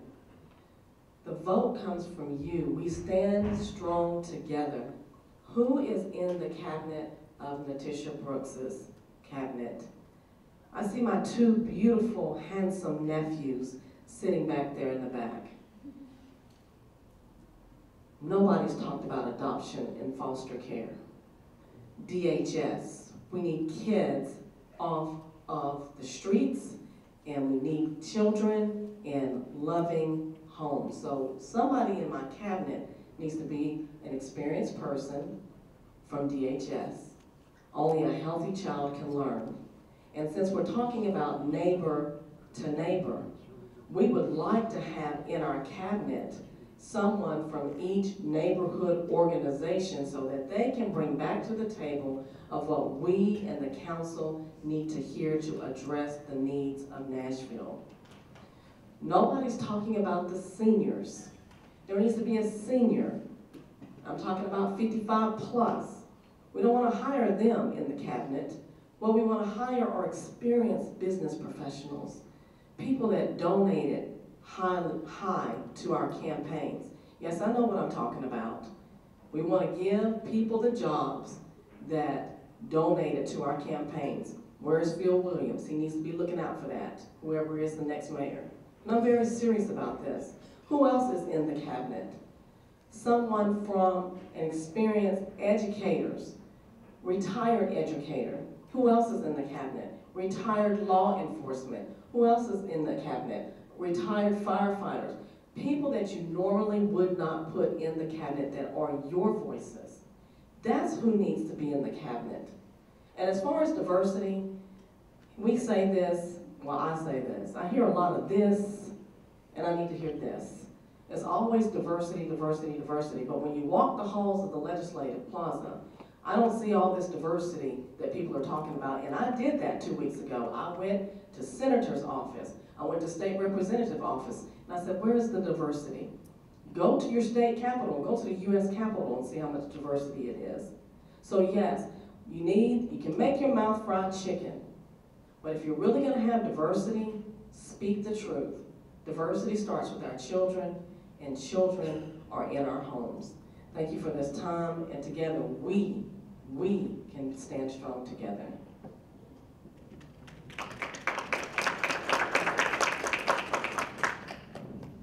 Thank you, candidates. We have one final question before you close.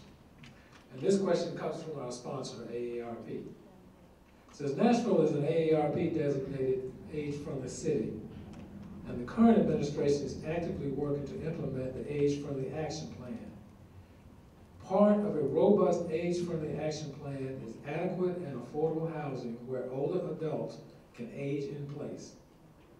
For an older adult, the cost of living in Nashville is an extreme burden, with senior homelessness on the rise, and support networks diminishing because of the cost to live in the city. Your question, what are your specific plans to address housing affordability? Starting with Senator Yarborough coming to the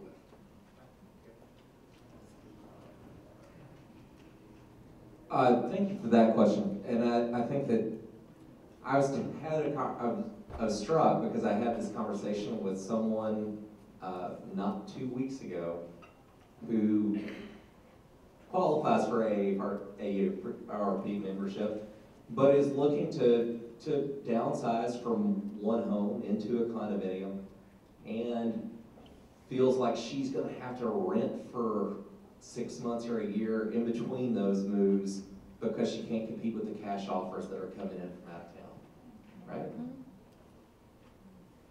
Here's the reality, and we all know. Nashville doesn't have enough housing. You know it, I know it, everybody knows it. There's not enough. And we are seeing bidding wars with the folks that are moving in from California and people who have spent their lives here, who've raised their families, and who've dedicated their lives to this community are being pushed out of the neighborhoods they live in, and many times the county that they've made home. And it's not right. When there's too little housing, you know who wins? Is the private equity firm that owns all the housing. Because it's just an asset that's going up in value that they can make more money from. And that is not good for us. We have to find a different path forward where housing is abundant. And I think people miss the mark here when thinking about affordable housing being just like low-income housing. Affordable housing needs to be available across the income spectrum, especially for some of our seniors who are looking to downsize, who want to be able to live in walkable communities, and walkable communities that aren't surrounded by like party buses and pedal taverns and bachelorette parties 72 hours a day. People need to be part of a community, and they need to be able to afford to live in the communities that they love.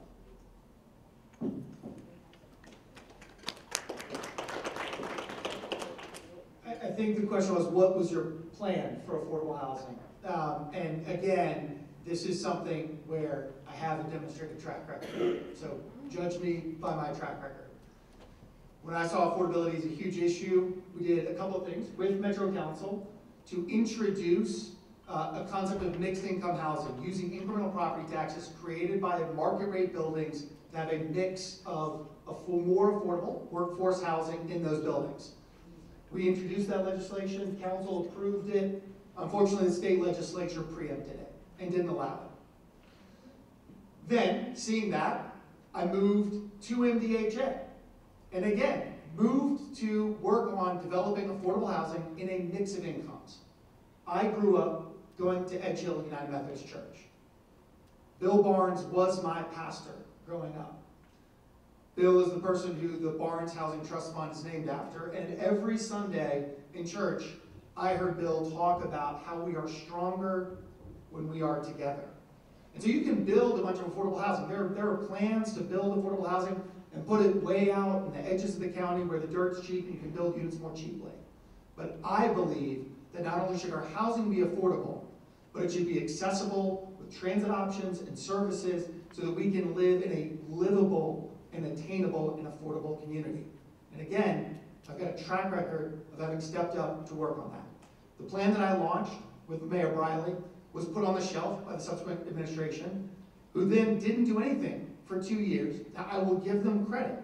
After a couple of years of looking at the numbers, they have more recently decided to make some investments in that plan because they saw just how valuable it is to strengthen and build communities in a mixed income way.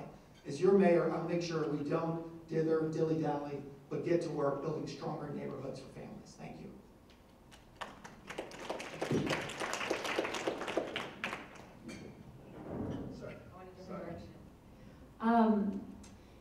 Alice Rowley, when I was in state government, the Retire Tennessee program reported to me, the reason that Tennessee is such an attractive community for retirees, and particularly retirees with pensions from public service, like Gil and others in other states, is that we are an incredibly low tax state.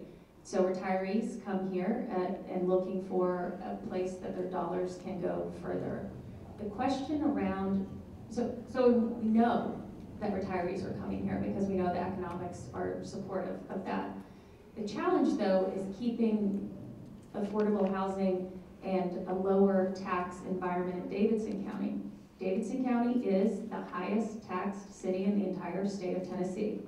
Folks on this stage have made that happen over the last 10 years. So when we are thinking about the question of affordability, both in building and living here, we have to look at the tax issue. We also, for our seniors, want to look at the crime issue. If we're pushing our seniors out to Madison, Madison's crime rate has gone up 200% in the last 3 years. We know this. I wanted to say in terms of affordable housing, I'll restate what I said earlier. We've built plans as a city using community and neighborhood input. We have agreed that there are areas that we need greater density and greater diversity of housing type. The only way to lower housing costs is to build more housing. But the way to frustrate neighborhoods is to do it through a process of SP Swiss cheese. SP, SP, SP, and not follow the plan or revise the plan in a major community plan amendment to allow more housing to be built in our high transit corridors.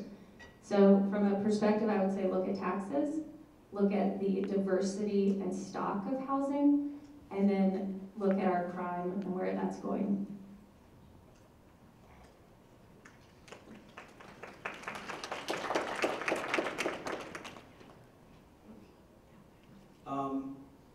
Being president of the Philippine organization for 9 years, I had the privilege to volunteer my time and also my officers at the Habitat of Humanity to be able to paint their walls and do the things that they need. Also, as a police officer of the liaison, I was able to go there and educate these new homeowners about security, about safety, and what they need to do to protect themselves as also as their life.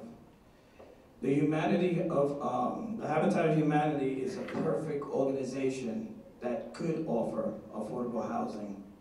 They build homes that is almost $160,000, and in Nashville they built the most homes than anywhere else throughout the United States. But the problem that we're having is metro codes. They are short of staffs. We need to provide the services and the manpower in our metro government, not only metro codes, the police department, the fire department, every department. That way they're able to serve the community the way they need to. If we were able to have the manpower, metro codes, they'll be able to go and inspect these homes much faster. That way they're able to build more homes for affordable people. But the problem is that their application is in the bottom of the list, and they have to wait for these people to come out here to be able to approve what they're doing. So if we have more manpower in metro codes to be able to inspect these homes and put them more priority, that's important. Also, we need to build more homes, affordable homes, like apartment complexes that you see them all over the place. Why not turn them into affordable and make them into co-ops?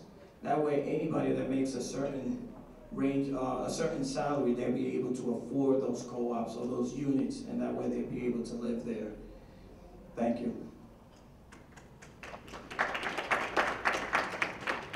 I want to thank AARP for this important question. Making sure that our city is a place for ages 8 to 80 is critically important for all of our decisions, and we want people to be able to age in place. I'm proud and excited to have welcomed dozens of new neighbors into an affordable housing project right in my own neighborhood just a few weeks ago with the help of the Barnes Housing Trust Fund, one of our most important tools. This is why this conversation is so important, to ensure that you have a mayor on day one who not only knows what our tools are, who has helped build them and has implemented many of them. Also, just a few weeks ago, we used a new tool developed by the Metro Council to create payment in lieu of taxes options that allowed for the first long-term affordable housing in downtown in 15 years. That's in District 19, which I represent. Making sure that we know our plans. The Affordable Housing Task Force report came out and it indicated that we need to invest $30 million a year into the Barnes Housing Trust Fund, our most important vehicle right now for creating long-term affordable housing. Senator Yarborough is right. This has to be affordable across the income spectrum. That Barnes Housing Trust Fund just approved their first application for permanent supportive housing through the Park Center. This is housing for people that are chronically homeless. Unfortunately, many of our chronically homeless in this city are of advanced age. We fought for 3 administrations to maintain a permanent supportive housing project. It was funded by one of 2 tranches of $25 million that we issued with no strings attached affordable housing money. The other $25 million went to create a mixed income community, again, right across the street from my neighborhood at Randy Rogers. And I'll end with this. Transit is affordable housing policy. You will not find a candidate on this stage more committed to, capable of, or ready to develop a transit system across 3 years that will make our communities more connected. How can I tell you this? Because transit bought my house. Being car-free let me save up $8,000 a year, the average cost of car ownership in Nashville. More people should have this option. More people should have it all over the city. We will build community transit centers and connect our neighborhoods together. Thank you so much.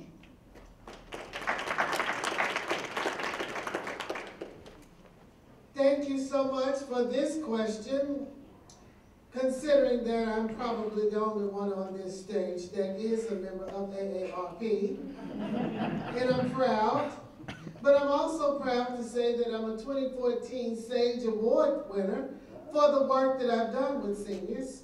And I'm very proud of that. And I had about 13, I had people to come with me to that award ceremony from 13 different senior facilities across this county and support, because we provided transportation services for those seniors for door-to-door and door-through-door transportation services for their groceries.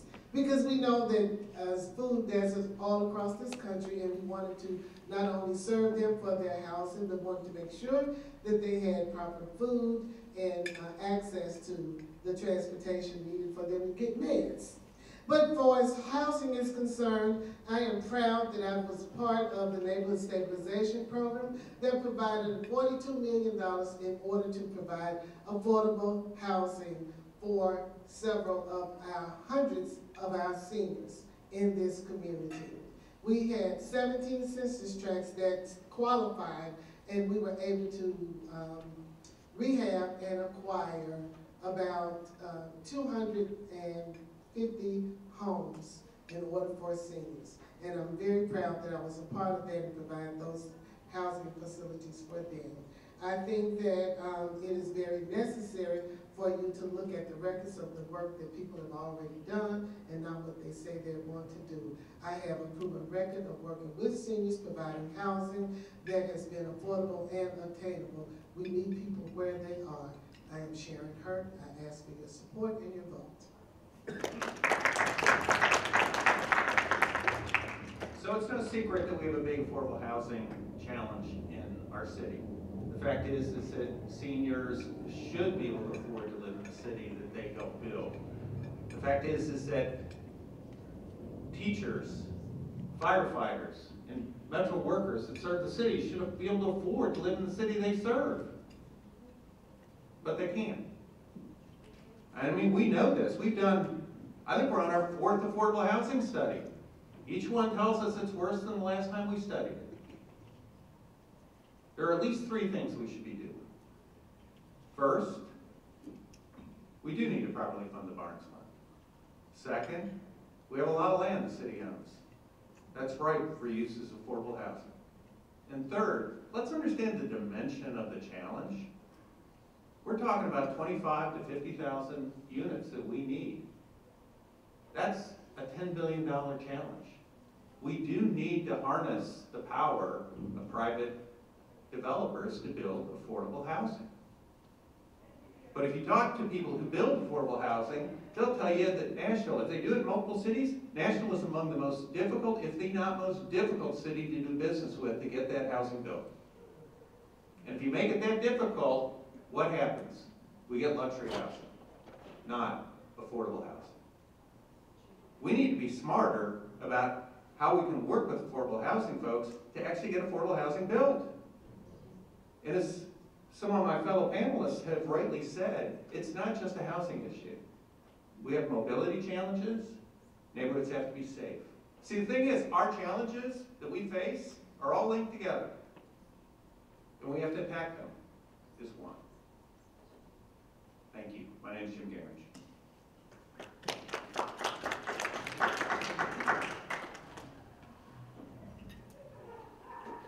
So we talk about affordable housing amongst our seniors.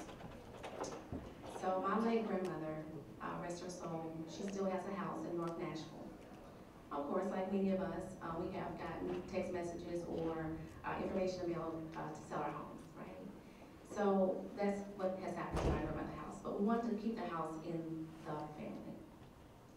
But even if she was alive today, I know the challenges of not only relying on her Social Security, that she would need additional help to help pay the rent. And that comes from family. We would help, of course. But there are so many seniors that are across our state, across our city, especially here in Nashville, that needs additional help. And funding is the answer.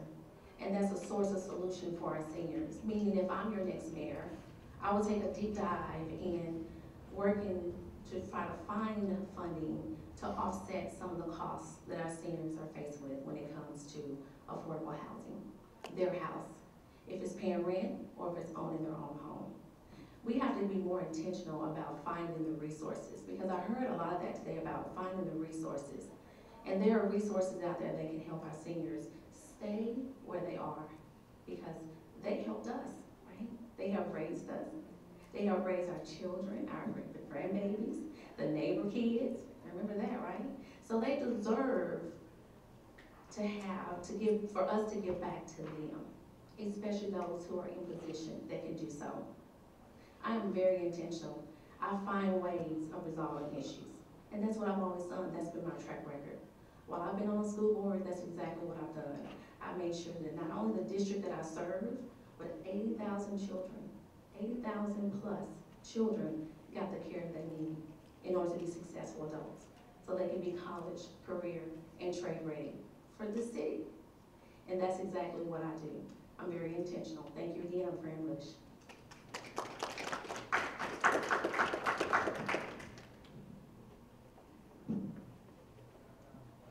All roads leads to mental health.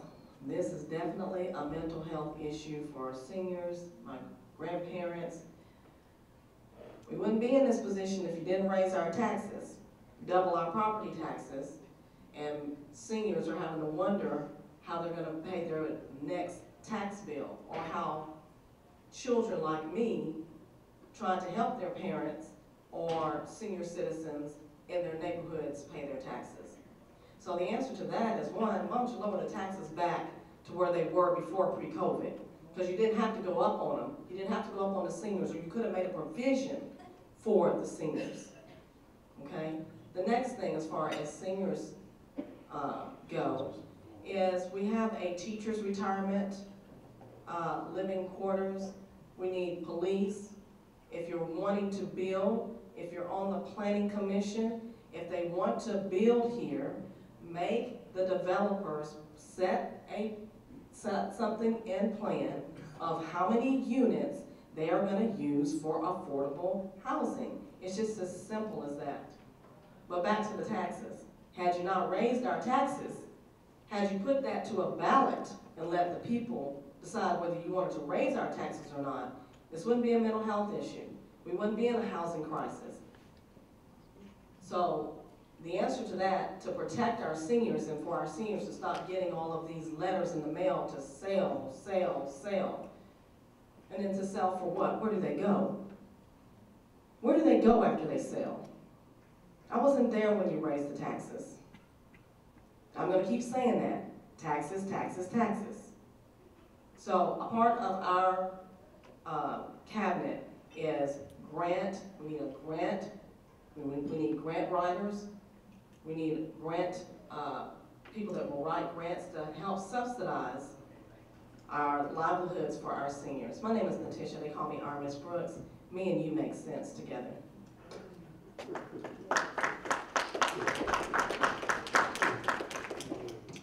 Thank you, candidates. We're going to do a 1-minute wrap-up from each of you here momentarily. We had a late filing candidate request to be part of today's event, and she wasn't able to because things had already been set up. So we want to give her a 3-minute opportunity to come up and address folks, and then we're going to start on this end of the table and go down for each person to have 1 minute of closing remarks. Thank you. Come on up. Appreciate everyone who has stuck with us this long. For many people in this room, this is the only chance we may have to hear from some of these candidates. So thank you very much. Thank you so much for giving me time. I really appreciate it. Well, my name is Stephanie Johnson, and I'm running for mayor. And I'm running for mayor because I believe that Music City is out of tune. I believe that there's some parts of town where the music is playing real nice, and there's some parts where it's not playing so good. We have Centennial Park, my favorite part. Beautiful renovations, but on the right side you got people sleeping in the pavilion because they don't have anywhere to go. You got beautiful brick homes being built on this side of town that can stand the test of time and weather. They got pavement. Then you come over here and you got houses that can't even hold up to the weather. One little windstorm. And then across some great poverty that's out of tune. We're building $2.1 million schools over here and closing schools over here. That's out of tune. We're giving millions of dollars to corporations, but then McGall's Donuts, who's been there for 30 years, I said, hey, they give you anything? I ain't never got nothing. That's out of tune. And so I need people that will help me tune Music City. When the music is out of tune, the conductor stops. You know, like, give me an A, Stepping Green Hills. It sounds good over here, but North Nashville, not so good. So how can we get the music playing good, playing right? So I need people that can hear the music when it's out of tune. Obviously, all of you do. That's why you're here, right? And so we need to come into unison and conduct the music right. And so I want to be your conductor, and I want to help you play the music well. And we talk about diversity, right? First, it starts with language. Some of us are not immigrants. Some of our families are trafficked over here. Some of us didn't come over on the Mayflower. Some of us came over on the Calliope slave ship, like my great-great-grandfather, Jack Davis, did, the last slave ship to America. And let's look at our friend groups, right? Are they all black? Are they all white? Are they all powerful? Are they poor? You got diversity in your friend group? And I have a United Nation of friends. And when I would travel around the country, I would always say, Nashville's so diverse, because that's what I saw when I was sitting at the table with my Vietnamese friends, or my Mexican friends, or my Muslim friends. Do you know what they're really going through? I have friends that are on visas. They can't work, so how are they going to feed themselves? Do you know what's going on in their lives? I got a friend from Sudan, and she came over as a refugee. We've been friends since we were 9 years old. And her house got sold. They didn't even know it because they didn't understand the taxes, and now they're renters. Do you know that's going on? So I got people coming to me. I'm not in politics. I know I'm trying to be now. I've worked in my community. Frank True, I love that man, and I miss him so much. He walked beside me every step of the way to build a farmer's market, Albion Street Farmer's Market, when people were closing the door in my face because they told me it was a food desert, and I wanted to do everything possible to make sure those people had food. And that man was there every step of the way, making sure it happened. And so I want to make sure that the music can play real well in this city again. So that's why I'm running for mayor. Thank you for giving me time.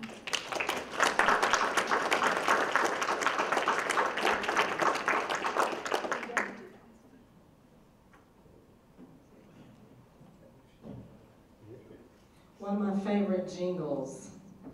Like a good neighbor, State Farm is there. Like a good neighbor, Natisha is there. Natisha will be there for our children, adoption and foster care. We need to work with our social workers. Social workers need to get higher pay. When you need a mayor that's going to work with the state legislature and not work against the state legislature. We need affordable housing. Let's cut the taxes back to where they were before COVID. Educator, I'm an educator.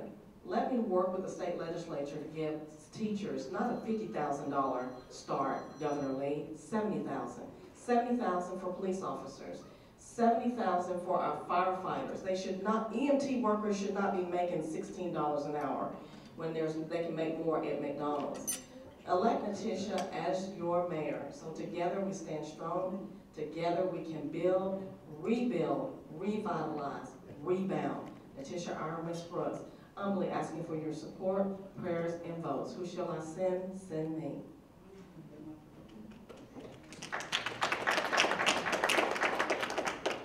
Seven months ago, I was at the school board, and I am now taking my skills, my experience, my leadership from the school board to the city. I'm going to tackle homelessness, affordable housing, crime and safety, infrastructure, and of course, education. This is my work that I do every single day, and I haven't stopped. Even when I left the school board, the number one thing that I wanted to leave my legacy was school safety. And it has been very hard this week, especially that was my last fight.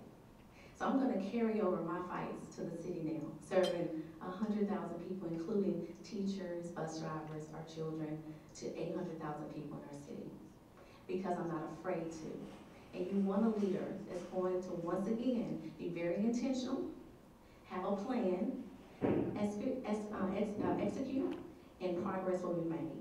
And that's exactly how it worked. Look at the record. Look at everyone's record, and you decide who you want to be your next mayor. And I hope it's me, Fran Bush. Thank you so much. Thank you all for listening so intently. We have a lot of work to do in the city. This growth has created a series of challenges, many of which we've touched on today: affordable housing, transit, infrastructure, schools, safety. And we can't continue to kick the can. Politics as usual has not worked. A lot of folks have had their chance. But as Matt mentioned, we have a big city, and these challenges are big. Thousands of employees, multi-billion-dollar budget. There's only one candidate who's had experience managing and leading in that type of environment, and that's me.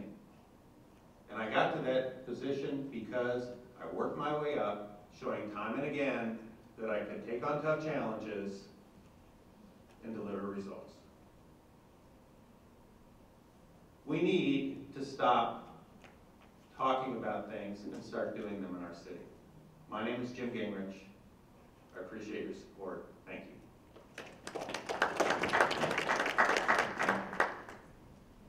Thank you all again for being here. I am Sharon Hurt, a former teacher, nonprofit organization leader of 2 nonprofits, a wife of 40+ years, a mother of 3, and a grandmother of 2 and 3/4 months. I am here because I want to restore the trust of the government, the truth and transparency.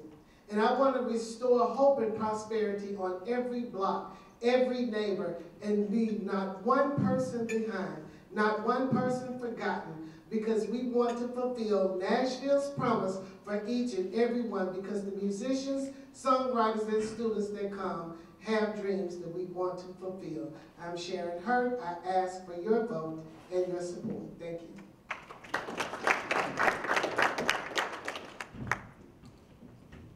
All right, everybody.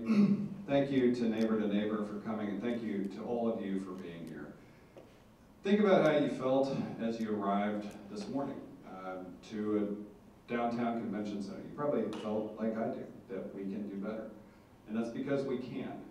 If you want a mayor who is willing to say no to bad multi-billion-dollar deals that distract from our neighborhoods and the infrastructure we need, I'm Freddie O'Connell. I hope we'll see you on August 3rd.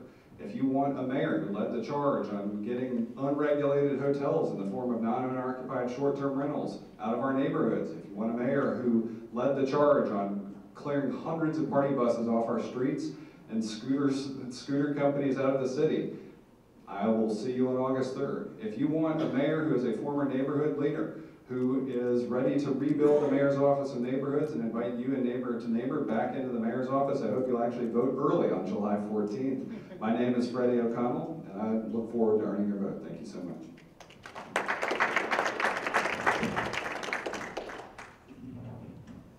Based on my past experience, I have shown leadership, commitment, hard work, and willing to work to make a difference here in Nashville with the community. Unity is very important. Without unity, how can we make Nashville better? And that's very important when it comes to diversity, when it comes to education, the infrastructure, affordable housing, not only for people of middle class, but also as for senior citizens. It's very important. I am willing to fight for you guys. I have done it in the past. I made a difference in many people's lives, and I could do it with yours, because it's important that we do make that difference, and we need to make those changes, because without change, then Nashville is going to sink. So we need to prevent the Nashville from sinking, and we need to make those changes. So vote for Gilbert Ramirez, and I will make sure that we'll make a difference. Thank you. Alice Rowley, thank you for having us today. I think that with this election, we have the opportunity to choose the future of our city. We can choose to allow conservation to live alongside commerce. We can choose to set aside the political tribalism that has gotten us into a tremendous amount of trouble.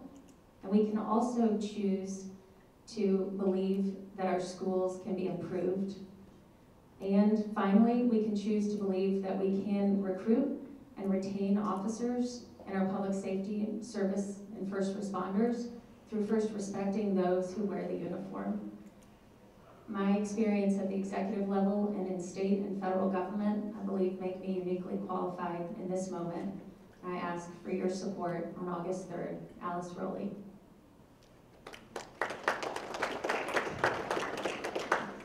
Good afternoon, my name is Matt Wilshire.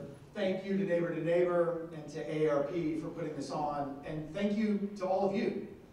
It's pretty inspirational. Our city is facing some big challenges, but you all are taking time out of your day to come and talk about those big challenges and what we're going to do to address them. I've drawn inspiration from that.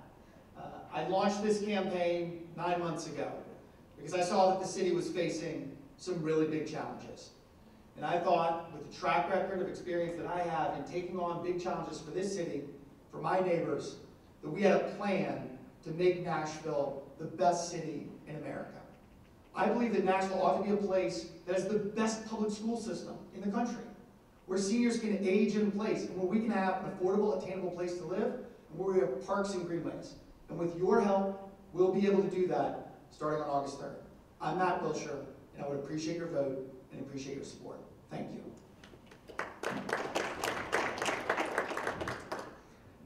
I'm Jeff Yarborough, and I want to ask for your vote for mayor.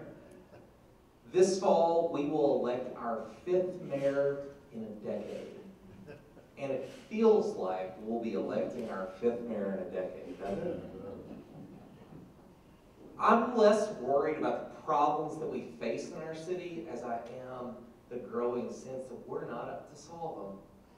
The scariest part of reading the Neighbor report this year is how many neighborhood associations reported feeling powerless.